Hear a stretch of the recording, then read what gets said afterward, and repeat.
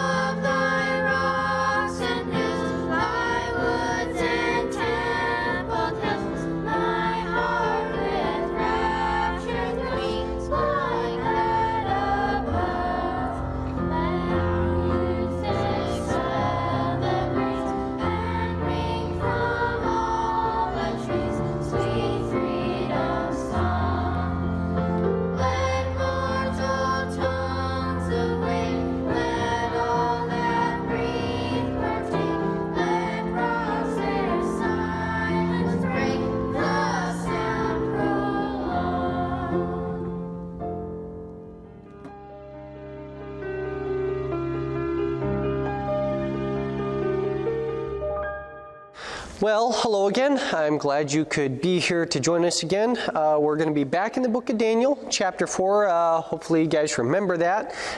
In the first lesson we did, we covered verses 1 through 18. This time we're going to be covering verses 19 through 28, and we're definitely going to be seeing some things shift and some things change. It might surprise you where this is going if you haven't already looked into it, which if you have, kudos to you. So with that being said, I guess I'll go ahead and start here in verse 19. But before we do that, three things I want you to be thinking about. We talked about that dream before. And the big question that came up, well, who is the dream talking about? Well, we're going to be answering that first. The second question in regard to that dream is what is going to be happening to them.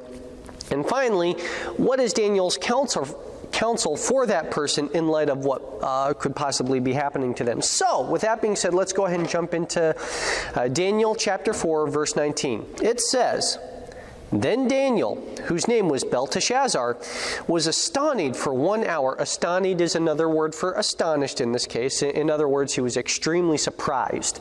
Was astonished for 1 hour, and his thoughts troubled him. The king spake and said, "Belteshazzar, let not the dream or the interpretation thereof trouble thee." Belteshazzar answered and said, "My lord, the dream be to them that hate thee, and the interpretation thereof to thine enemies.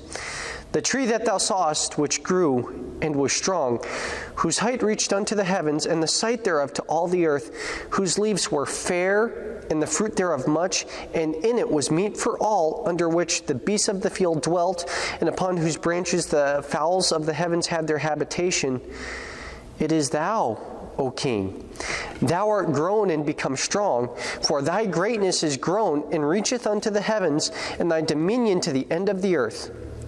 And whereas the king saw a watcher and an holy one coming down from heaven and saying, Hew down the tree and destroy it, yet leave the stump of the roots thereof in the earth, even with a band of iron and brass in the tender grass of the field, and let it be wet with the dew of heaven, and let his portion be with the beasts of the field till 7 times pass over him."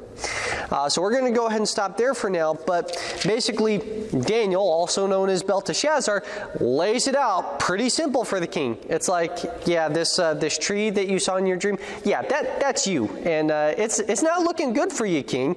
That's basically what he's saying. Now, just to give you a little bit of background, I mentioned before that Nebuchadnezzar was a very powerful king. Not only was he a very powerful king, but he had conquered most of his enemies. Actually, to be more specific, at this time in history, Nebuchadnezzar was essentially the most powerful man in the world.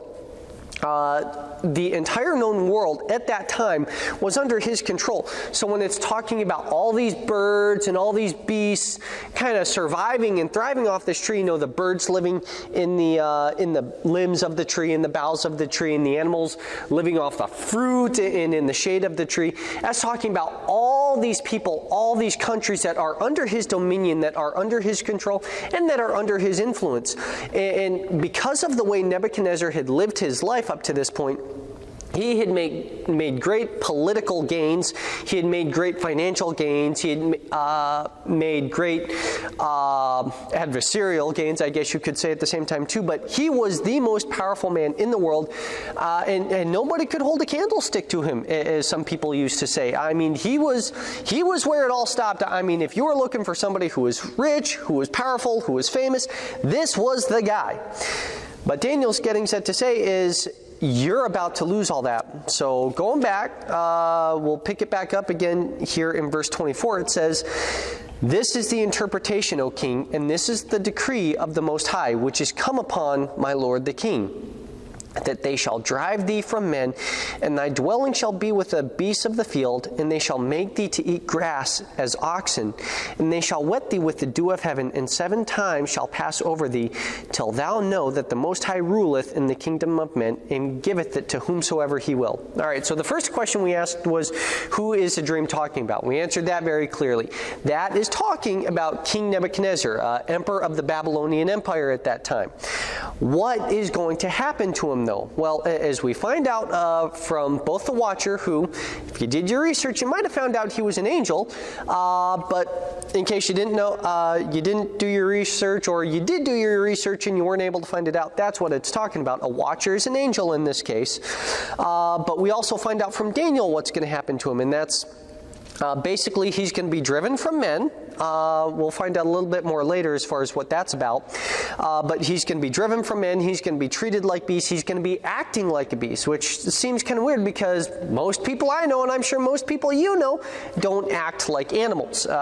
Basically, for one reason or another, we don't know exactly why at this point, but for one reason or another, Nebuchadnezzar is going to start acting like an animal. He's going to start being treated like an animal. It also says that this is going to be happening for 7 times.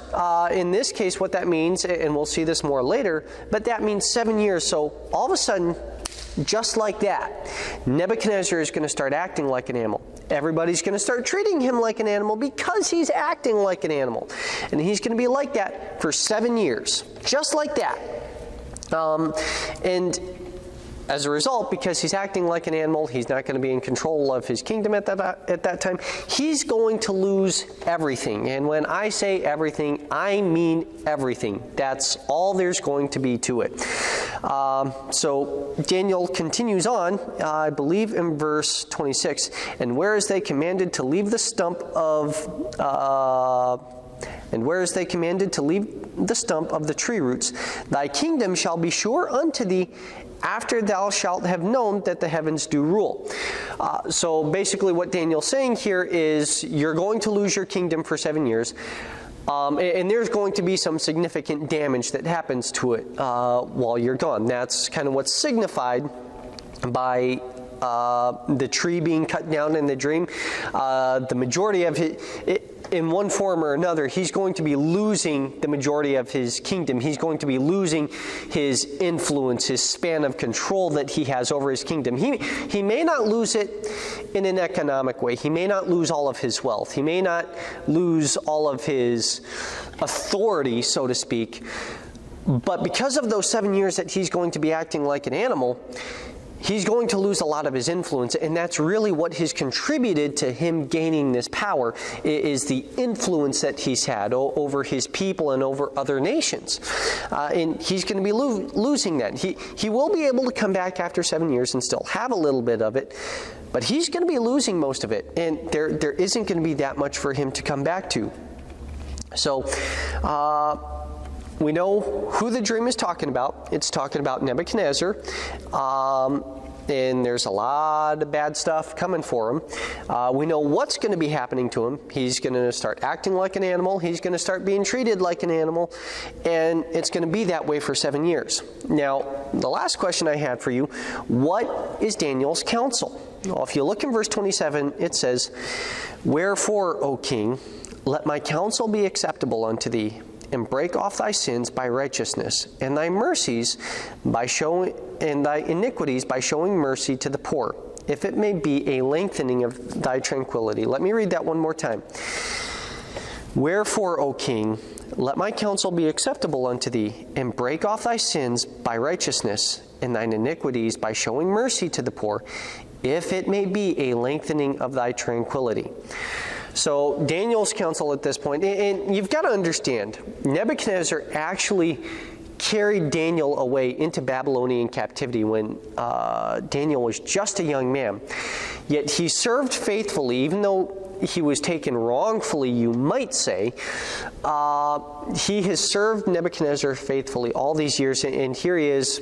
He's having to tell his master something that I'm sure his master doesn't necessarily want to hear. I mean, you remember back at the beginning of the passage we read, Nebuchadnezzar was like, "Yeah, don't let the interpretation bother you. Just give it to me straight, Daniel." And Daniel was like, "Well, you're not going to like it. It's good news for your enemies. It's bad news for you."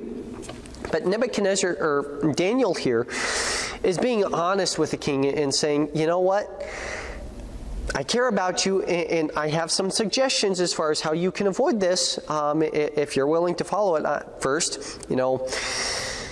start getting away from your sin. You need to start acting righteously. You need to start living a righteous life. You need to start showing mercy to people rather than always trying to get your own way.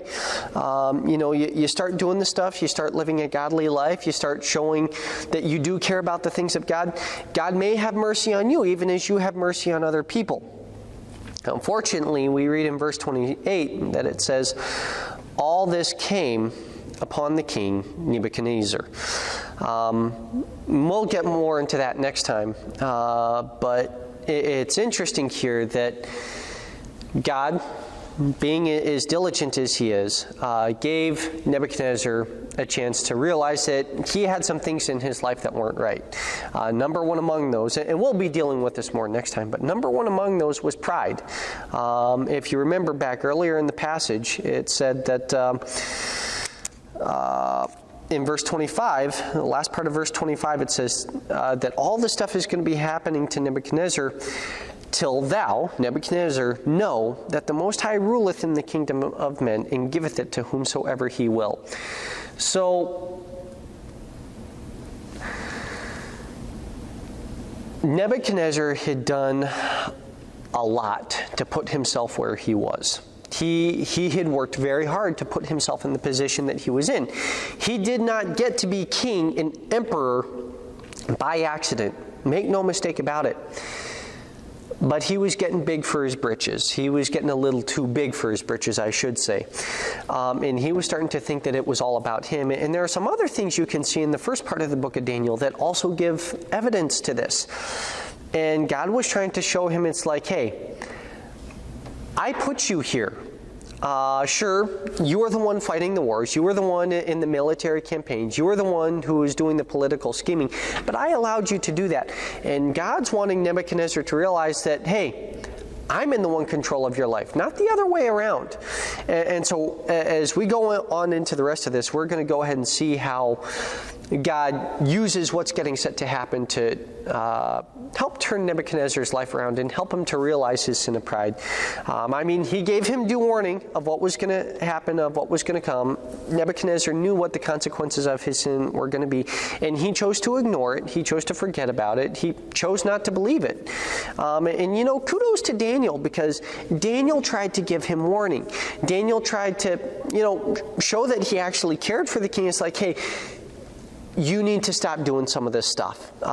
If you want to stay where you're at, if you want to keep doing what you're doing, you need to change your life. You need to give your life over to God. And Nebuchadnezzar chose not to do that. And so with all that being said, we'll go ahead and take a look at this more next week, seeing how this exactly played out in Nebuchadnezzar's life and what his response was. So until then, you take care, and I'll see you next time. Hey kids, the next song we're going to sing is I Will Sing of the Mercies of the Lord Forever. I will Sing of the mercies of the Lord forever. I will sing. I will sing. I will sing of the mercies of the Lord forever. I will sing of the mercies of the Lord. With my mouth will I make known my faithfulness, my faithfulness. With my mouth will I make known my faithfulness to all generations. I will sing of the mercies of the Lord forever. I will sing. I will sing. I will sing of the mercies of the Lord forever. I will sing of the mercies of the Lord. And with my mouth will I make known my faithfulness, my faithfulness. With my mouth will I make known my faithfulness to all generations. I will sing of the mercies of the Lord forever. I will sing. I will sing. I will sing of the mercies of the Lord forever. I will sing of the mercies of the Lord. With my mouth will I make known my faithfulness, my faithfulness. With my mouth will I make known my faithfulness to all generations. I will sing of the mercies of the Lord forever. I will sing. I will sing. I will sing of the mercies of the Lord forever.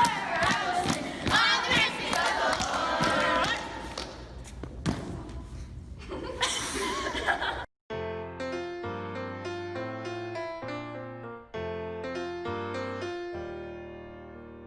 There shall be showers of blessing. This is the promise of love. There shall be seasons refreshing, sent from the Savior above. Showers of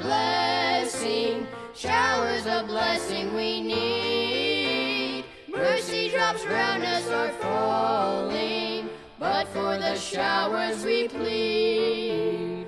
There shall be showers of blessing, precious reviving again. Over the hills and the valleys, send of abundance of rain. Showers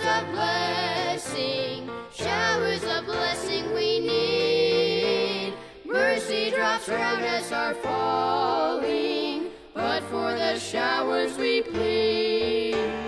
There shall be showers of blessing, send them upon us, O Lord. Grant to us now a refreshing, come and now honor thy word. Showers of blessing we need. Mercy drops round us are falling, but for the showers we plead.